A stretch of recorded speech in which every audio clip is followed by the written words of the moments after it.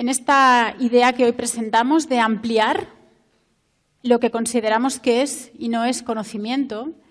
Para mí, una de las cuestiones claves que incluiría esta reflexión es cómo integramos el conocimiento ancestral indígena con el conocimiento racional científico. Creo que tenemos un reto aquí delante que ya está ocurriendo en muchas de nuestras instituciones, quizá es todavía minoritario, pero está ocurriendo ya. Permítanme que haga una referencia al concepto de sabiduría. Para muchos autores, la sabiduría es aquella capacidad de saber cómo aplicar el conocimiento, de qué manera, en qué momento, en qué cantidad y cómo está relacionado, para poder, digamos, manifestar situaciones positivas para uno mismo y para los demás. Voy a expresar una opinión absolutamente personal, es mía y la asumo como tal, y pienso personalmente que hoy en día las tradiciones indígenas en el mundo tienen un porcentaje de sabiduría más elevado en relación, digamos, al conocimiento, a la información que manejan, que lo que estamos siendo capaces de hacer en el mundo desarrollado, llamado civilizado desarrollado, al cual yo pertenezco, que quizá nos está costando más tener esta habilidad de aplicar el conocimiento para realmente ser seres felices nosotros y en la sociedad. Pienso que las comunidades ancestrales indígenas sostienen parte de la sabiduría que yo creo que es una sabiduría del colectivo humano. Pienso que parte de las cualidades, y ahora las veremos, son necesarias en este momento porque parten de una visión holística y es justo lo que necesitamos ahora. Y pienso que no solo debemos acercarnos y tender puentes, y mucho menos despreciar ese conocimiento, ¿no? Pero pienso que hay que hacerlo desde una perspectiva de complementariedad. Pienso que ambos diálogos tienen mucho que intercambiar. Yo no desprecio para nada el conocimiento racional científico, creo que ha sido fantástico para la humanidad. Pero sí pienso que vivimos en un momento en que este puente de complementariedad entre diversos saberes es necesario. Entonces, permítanme que empecemos este diálogo. Y para ello primero los voy a presentar, claro. Tenemos aquí a dos personas que pienso que realmente pueden aportar mucho en eso porque ambas integran estos dos mundos. Paul Owenwola, que está aquí a mi lado, él viene es de Uganda y viene de la tradición ancestral africana, pero al mismo tiempo es fundador y presidente de la Mampambo, ¿se dice así? African Multiversity. Okay. He's playing diverse advices roles related to the heritage, history and reconciliation in Uganda. En mi otro lado está Manuel Ramiro Muñoz. Él viene de Colombia. Digamos que él viene más de la tradición racional científica, pero sin embargo en su trayectoria personal ha tenido la posibilidad de entrar en contacto con pueblos ancestrales indígenas y yo me permitiría decir que esto ha significado para él un recorrido personal. Creo que esto, las personas que se han acercado y saben escuchar más allá de la palabra, escuchar con el corazón y con todo el ser completo que antes hablábamos, viven esta transformación, ¿no? Entonces, él pertenece a la academia, pero conoce estas realidades. Creo que ambos están en buena disposición para hablar de ello. Él es director del Centro de Estudios Interculturales de la Pontificia Universidad Javeriana de Cali, en Colombia. Es consultor del IESAL UNESCO, donde es responsable de los estudios comparativos en educación superior de los pueblos indígenas. Bien, pues para ellos la primera pregunta es, ¿cuáles son las principales características, which are the main characteristics of the holistic ancestral knowledge? Do you want to start, Paul? Yes. One main characteristic of African ancient and indigenous knowledge is that knowledge has a common source. And that common source is supernatural. It is a source which was there before God. It is a source which was there before time and before matter. And so this force is what sometimes is called the creator force or the vital force, a force which is responsible for the creation of all being and all living things. And living things and every creation take on share the characteristic of this vital force, which is coherent, multiple in its being, but also coherent and complementary. It is a complementary unity of opposites. And so, that is a very enduring characteristic of ancient knowledge, of common source, of having a complementarity and having unity and coherence, internal and external. And everything that was created and that is also has also is interconnected and coherent and at peace internally and externally.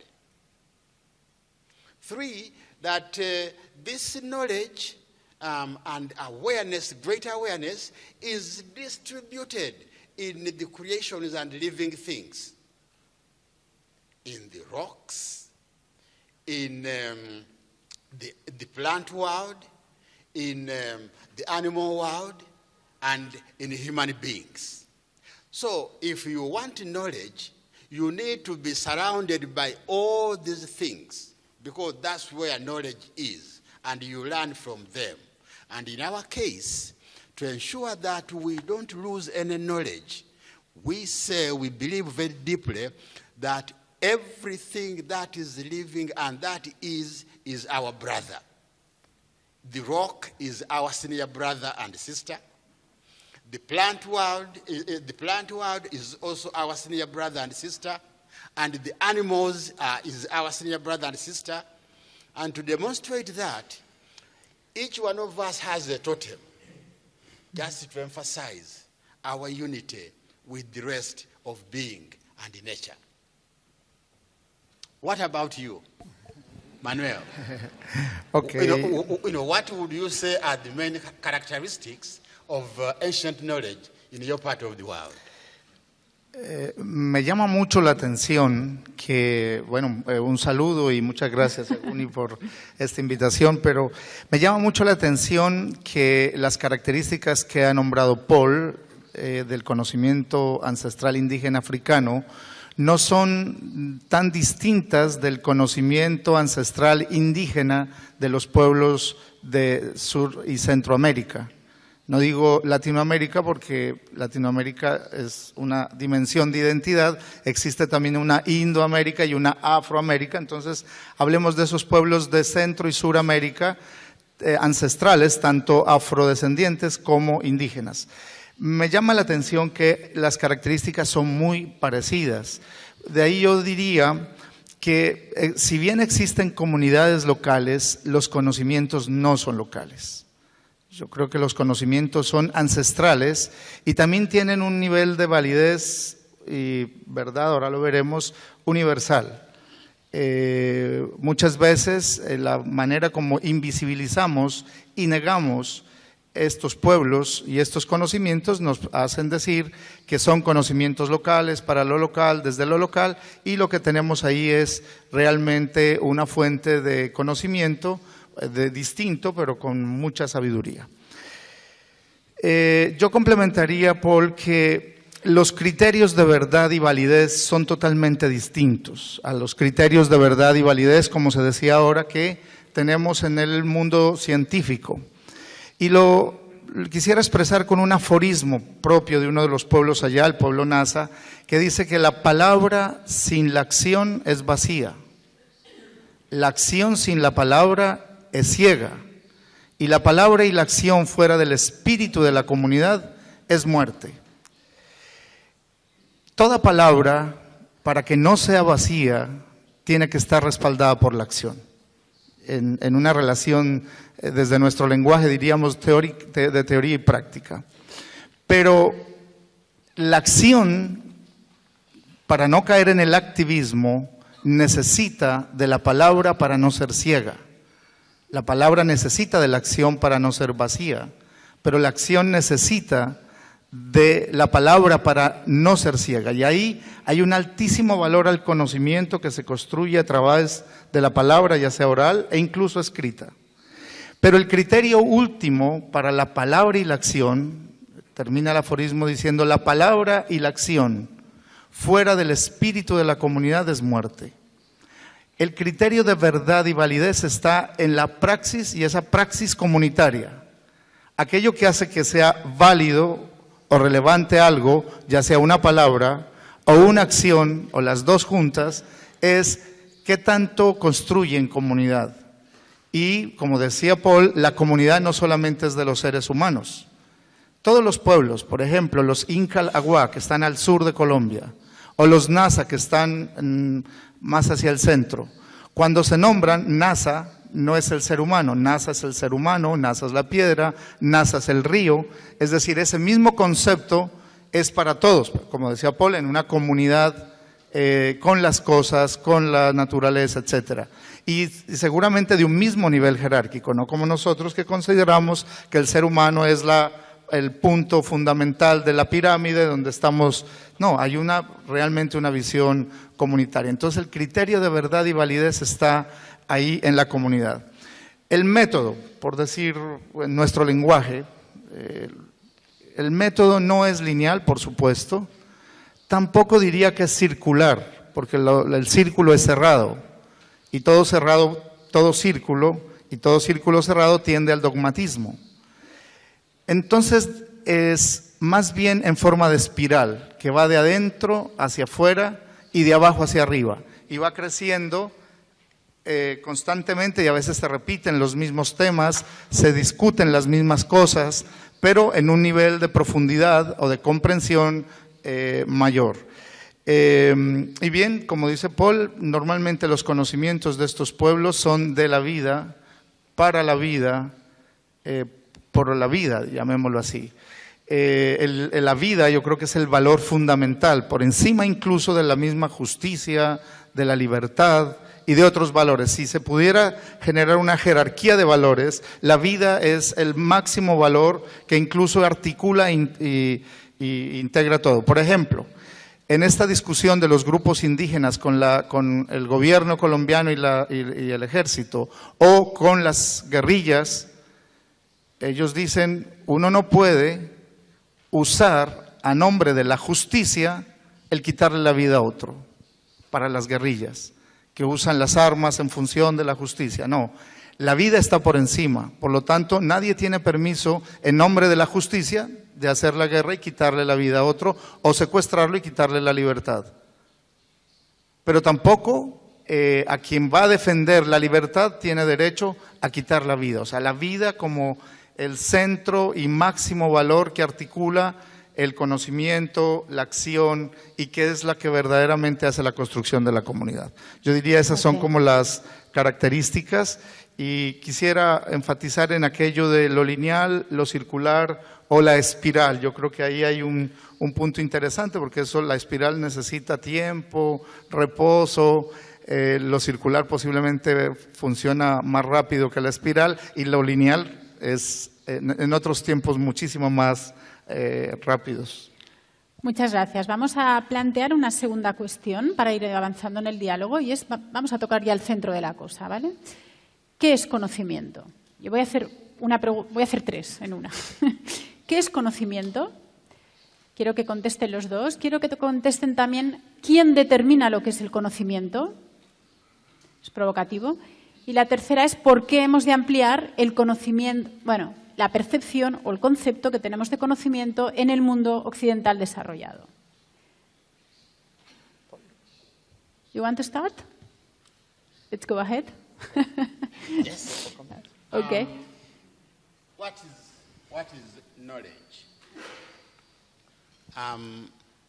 By the way, when when we speak about ancient knowledge, it is not that this knowledge is expired and has been tucked away in some museum.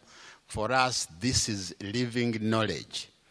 And it's living knowledge at the source of denial, that's cradle of humanity, where I have been since the beginning of time. So when I talk about these matters, I speak with that kind of historical perspective. But knowledge is the understanding of interconnectedness of all being. The understanding that the purpose of life is abundant life. And the way to abundant life is to live in virtuous harmony with all the living things. That's one. Two, knowledge is the understanding that the being of one depends on the being of everything else. What has been summed up as Ubuntu philosophy, that I am an extension of you, and you are an extension of me, and that my well-being is consummated in your well-being. And so my doing good to you, to my neighbor, is not an act of charity, but an act of self-interest to secure my own interest. And so knowledge is anything which enables you to understand the interconnectedness of life and to live such that your living does not diminish any other being. And it's also to realize that you need tools. You need tools to know and to keep knowing and to keep renewing your knowledge. And for that reason, God, or the creator force, gave each one of us the assets, the divine assets, which we got from God direct to enable us to keep knowing. And that is land. And for us, we know everybody else was given land because we were given, as African black people, only the continent of Africa. So although God only created black people, but at the time he created us, he gave us only Africa. And the rest of the world was set aside for the rest of you. Also, second, we got the divine asset of language and culture direct from God. And God said that each one of us will be able to excel in knowledge through our respective languages and culture. Therefore, diversity becomes the defining element of knowledge. Okay, thank you. What about you? What would you say is knowledge? You let me say one thing very briefly. Quizá no estamos tan lejos en alguna consideración. Supongo que ustedes ya saben que la física cuántica de hoy dice que toda partícula que ha permanecido unida sigue unida de manera permanente. Y el hecho de que venimos todos del Big Bang y que somos materia en origen, hoy la física cuántica está en disposición de demostrar desde la ciencia que la idea de que somos uno es real. Lo dejo ahí para la discusión. Yo quisiera, en este punto sobre qué es el conocimiento, partir un poco más desde el mundo académico y tratar de llegar a este diálogo que durante mucho tiempo hemos sostenido con los sabios de distintas comunidades indígenas. Definitivamente estamos en un mundo, como dice Manfred Max Neef, Premio Nobel Alternativo de Economía, en el cual conocemos más de lo que comprendemos. Y yo creo que el conocimiento que tienen los pueblos ancestrales es un conocimiento que permite comprender y posiblemente no conocer. Y hagamos la diferencia entre conocer y comprender. Conocer supone al menos 3 movimientos. Uno, tomar distancia a aquel objeto que se va a conocer. Es la clave. El científico establece una relación sujeto-objeto de distancia, pero luego penetra la realidad a través de su capacidad analítica. Y la capacidad analítica le permite hacer una toma de conciencia diferenciada de ese todo que va a conocer, cualquier materia. Y al tomar conciencia diferenciada a través de su ejercicio analítico, lo que hace es fragmentar la realidad. ¿Para qué? Para penetrarla y penetrándola, conocerla. Y finalmente hay un tercer paso, que es nombrar ese proceso. Las teorías son como yo he podido hacer, después de escribir, bien decían ahora, es un conocimiento posiblemente más descriptivo. Y eso es muy valioso. Incluso en este diálogo con los pueblos ancestrales, el conocimiento como un factor muy valioso. ¿Por qué? Porque el conocimiento permite múltiples actividades y acciones que hoy la humanidad necesita. Bien decía Cristina, no se trata de pelearse con el conocimiento científico y con el conocimiento racional. Es decir, necesitamos conocer y penetrar la realidad y ojalá cada vez más especializada. Eso nos permite múltiples beneficios, inventos, etcétera, que nos hacen la vida mejor. Pero quizá todo aquello que conocemos no lo comprendemos, porque la comprensión supone una lógica incluso al revés.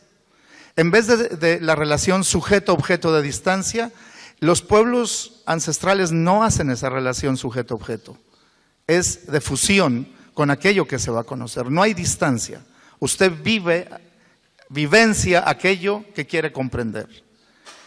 Y en vez de hacer ejercicio analítico, toma de conciencia diferenciada de las cosas, lo que hace es un ejercicio sintético. Capta totalidades. Por eso es holístico. Capta totalidades. Y luego no viene la descripción del proceso, nombrar el proceso, hacer la teoría. Viene la acción o el silencio. No viene la palabra, no viene la teoría, no viene el artículo, el libro o el paper, sino la acción o el silencio. Estas son dos orillas, son dos formas de acercarse a la realidad. En mi concepto, válidas, ambas. Y muy importantes. Y posiblemente lo que se da es una relación de espejo entre el mundo científico y el conocimiento ancestral. Lo que falta allá, sobra aquí, y lo que sobra aquí, falta allá. Posiblemente nosotros conocemos aquello más de lo que comprendemos y por eso el tema de la ciencia sin conciencia, la ciencia sin sentido. Pero en las comunidades es necesario no solamente comprender, sino también conocer. Entre otras razones porque el conocimiento es poder. Y estamos en unas relaciones de poder. Si no, caeríamos en la ingenuidad de creer que la armonía en sí misma se puede dar haciendo caso omiso de que estamos en una sociedad y en un mundo donde hay relaciones asimétricas. Y esas relaciones asimétricas son de poder, y dentro de los poderes más importantes hoy en el siglo XXI, el conocimiento. El conocimiento hoy es el factor que más valor agregado produce en la economía mundial. Todos lo sabemos. Y ese conocimiento es necesario. Posiblemente a ese conocimiento, a esa ciencia, hay que ponerle conciencia. Pero a esa conciencia, a esa forma de comprender el mundo que tienen nuestros pueblos ancestrales, no les cae mal el que podamos también construir con ellos y a su vez que puedan apropiarse de la tradición de conocimiento y científica que Occidente tiene. Y en ese sentido yo haría una reivindicación incluso del conocimiento científico. Claro, aquella ciencia con conciencia, aquella ciencia que no solamente conoce, sino también comprende y por tanto se compromete, y ya escuchamos los 8 compromisos que Guni nos invita. Yo cerraría diciendo, uno de los sabios indígenas de mi país dice que la peor invisibilidad y negación a la que han sido sometidos posiblemente está la invisibilidad, no los vemos, son invisibles para la sociedad, para los académicos, para los políticos, pero también los negamos. Entonces él dice, hay invisibilidad y negación jurídica, política. Los pueblos indígenas de mi país y de América Latina, de Centro y Suramérica, fueron reconocidos solamente en los últimos 20 años en las constituciones. Pero también hay una invisibilidad y negación económica, social, y hay una negación educativa y cultural. Pero a la base de estas negaciones está la negación epistemológica. Y él dice lo siguiente: hace varios siglos, en la primera globalización, fueron los académicos europeos quienes dijeron, con razones teológicas, jurídicas, filosóficas, que los negros no tenían alma, por lo tanto no eran seres humanos, por lo tanto no tenían derecho, por lo tanto eran objetos, y de ahí está sustentada la esclavitud. Millones de seres humanos arrancados de su África natal y llevados como objetos a nuestro continente. Pero la sustentación de esta fue del conocimiento, fue los filósofos, los teólogos, los juristas de la época quienes dijeron no tienen alma. Pero sobre los pueblos indígenas dijeron tienen alma incipiente, es decir, un alma pequeñita. Esa invisibilidad y negación epistemológica está a la base de todas las asimetrías y de todos los problemas. Y este sabio dice, pero hoy es igual. Porque hoy en la academia, ¿qué dice? No tienen saberes, sino creencias. No tienen religión, sino supersticiones. No tienen cultura, sino folclore. No tienen idiomas, sino lenguas. Es lo mismo. Antes no tenían alma, hoy no tienen conocimiento. Y como no tienen conocimiento, entonces son menores de edad. Hay que conducirlos, hay que llevarlos, hay que orientarlos. Pero es la misma invisibilidad y negación epistemológica la que sigue presente en el mundo de hoy.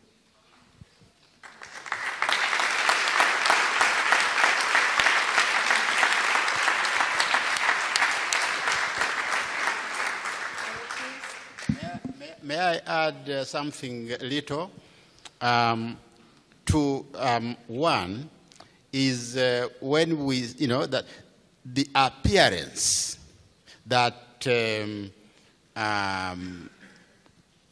we know, we understand more that, than we know, is a result of having been, having been occupied, our assets taken away, and our centers of learning and higher learning closed. So that's why we appear so. I mean, just imagine if the Chinese were to come and take over Europe, and they closed all your universities and all your churches and everything for 200 years. You would, you would what? You would also be in a situation similar where we are. So that's, okay. That's the point, I wanted to make about, we being disadvantaged, and I would appeal that I think that, just as you say, you cannot correct a situation in the framework in which it was caused. And so I think the Western University today has a responsibility to go and look out for the African or indigenous mother tongue scholar spaces and link up with them and give them space. If you want cooperation or dialogue, dialogue means two. The two must be viable and comparable. And so we too require resource basis and resource support to be able to engage with you so that we have multiple centers of knowledge creation. Okay, we are just moving with his comment to the third question, that what we can do then. What and which could be the recommendations to move forward and to make a real productive dialogue between these two kinds of knowledge, and what you can add to this conversation to move forward and give us a little bit of hope roads to move. Maybe I can start on that. It's interesting coming here in 2013 and finding a debate in its youthful stage, saying, knowledge, that we are on the wrong track, or we've missed something in respect of knowledge, that we are deficit. We need some transformation to be able to catch up in terms of knowledge creation. Now, this debate, which you are starting here now, broke out at the source of the Nile about 50 years ago, when, according to professor there, they said the Western paradigm and the Western sustainable domination of the world actually collapsed in 1966. And since then, they have been working, we have been working on a knowledge base to carry us into the new epoch, which started in 1966. So in 2016, we shall be celebrating 50 years of the new epoch, which we call Mulembe Mutinzi. And so what we are doing in Uganda is that, first of all, we are lucky in that we have a tradition of indigenous scholarship where you have generations of mother tongue scholars who have been at the source of the Nile for thousands of years, have been the keepers of knowledge. One. Two, these are people who were never conquered by conquerors who have come, Arabs and Europeans, and they have remained steadfast. And right now, we are reorganizing them around Impambo African Multiversity to generate a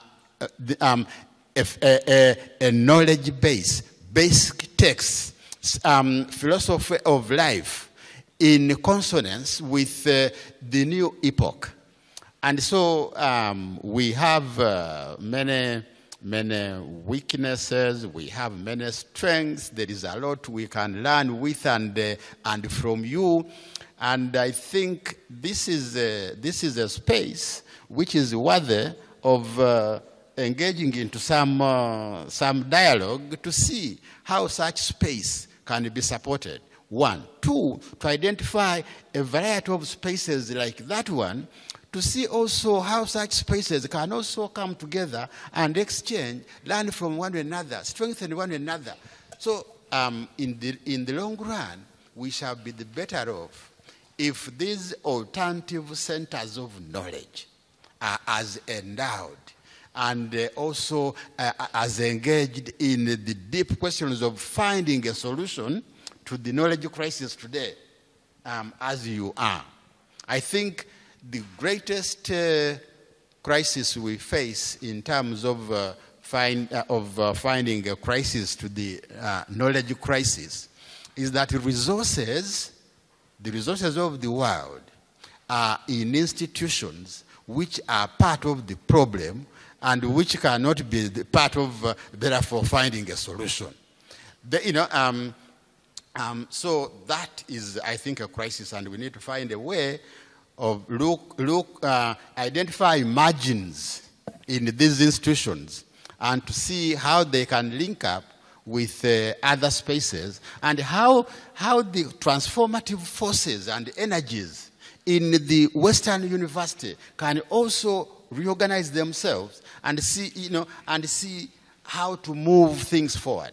But as it is, the university was formulated as an instrument to really service the global system, what has turned out to be a global system of mass oppression.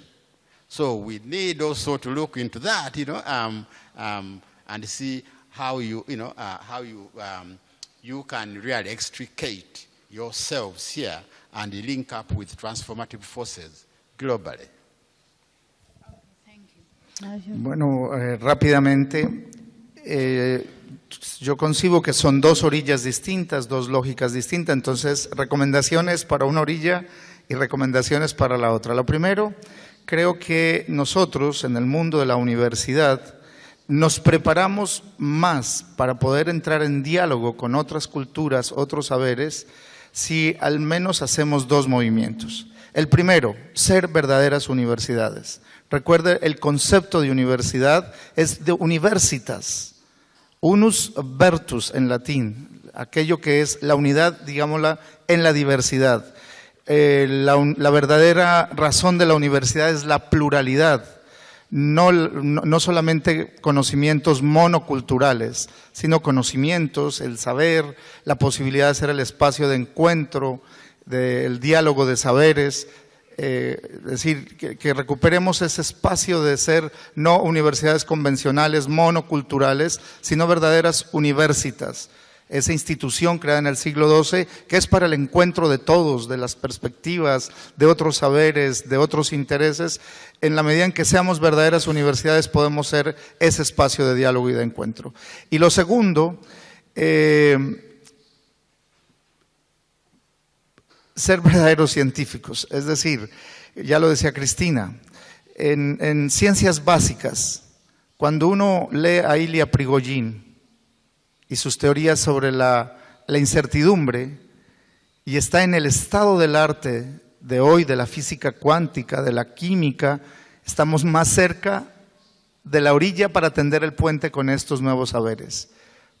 Porque en las ciencias están produciéndose verdaderas implosiones, como dice Wallerstein, el sociólogo norteamericano, es decir, rupturas internas científicas, no externas, no vienen de afuera. Y lo mismo Edgar Morin en humanidades, es decir, cuando las humanidades, la física, la química, las ciencias sociales no se quedan repitiendo o con epistemologías del siglo XIX, positivistas, que no pueden hacer ver la verdadera realidad hoy, pues no podremos entrar en ese diálogo y en ese conocimiento. Y desde los pueblos ancestrales es necesario realmente que podamos o que se pueda generar esos espacios de diálogo sin caer en el etnocentrismo.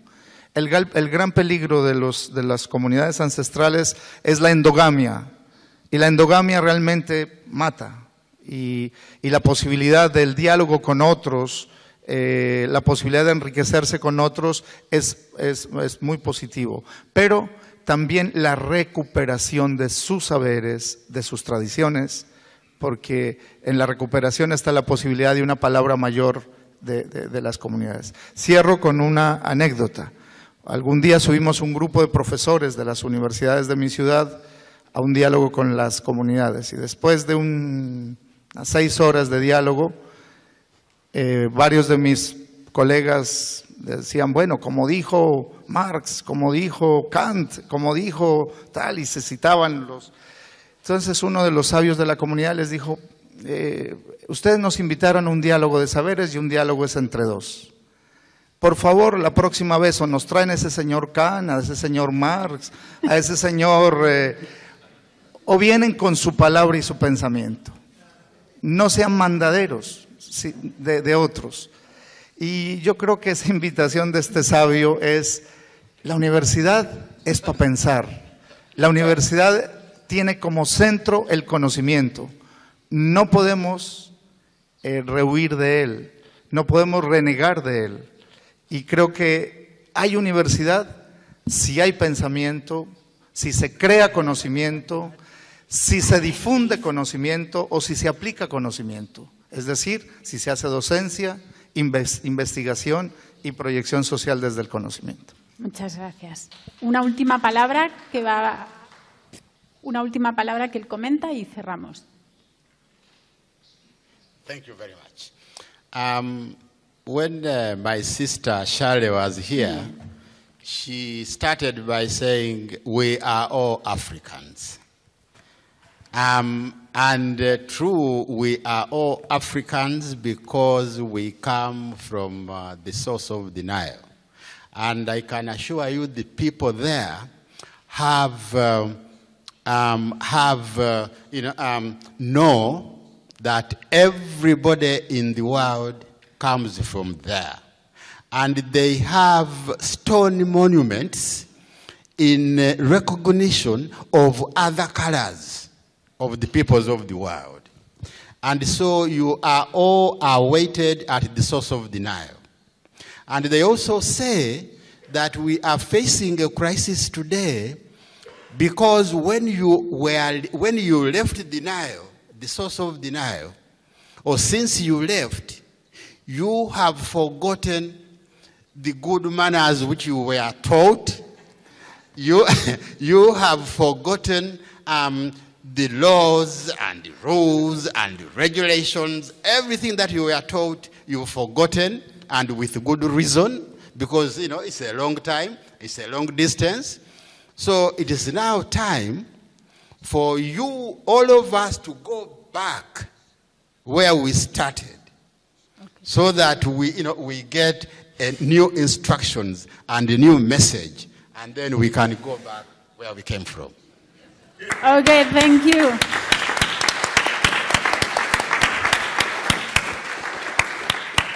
Quisiera antes subrayar un aspecto que creo que es importante, es que cuando hablamos de ciencia por un lado, de conocimiento indígena por otro lado, nos estamos equivocando nosotros mismos, porque estipulamos que el conocimiento indígena no es ciencia, cosa que es falso, y estipulamos sobre todo que el conocimiento científico es unitario, hay uno solo, y no es así.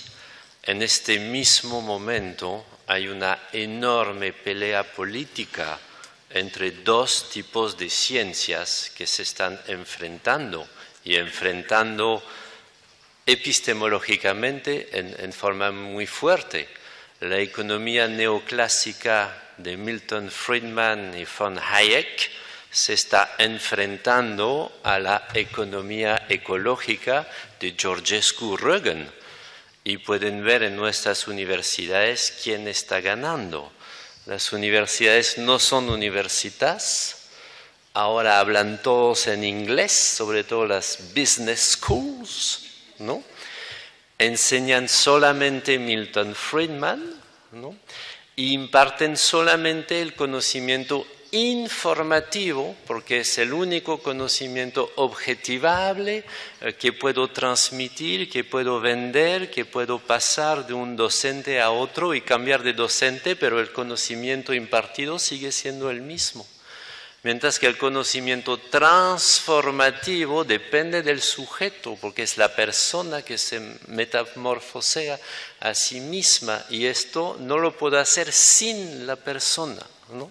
Entonces, hoy en día hay una enorme pelea, y la pelea no la estamos ganando nosotros, la están ganando los demás que están haciendo ciencia de optimización para ser vendida.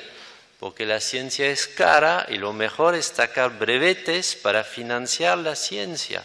Y sacar brevetes es hacer ciencia que le interesa a la empresa.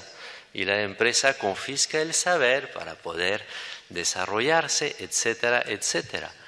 Así que mucho cuidado con una ingenuidad nuestra de una ciencia que por definición no se podría vender.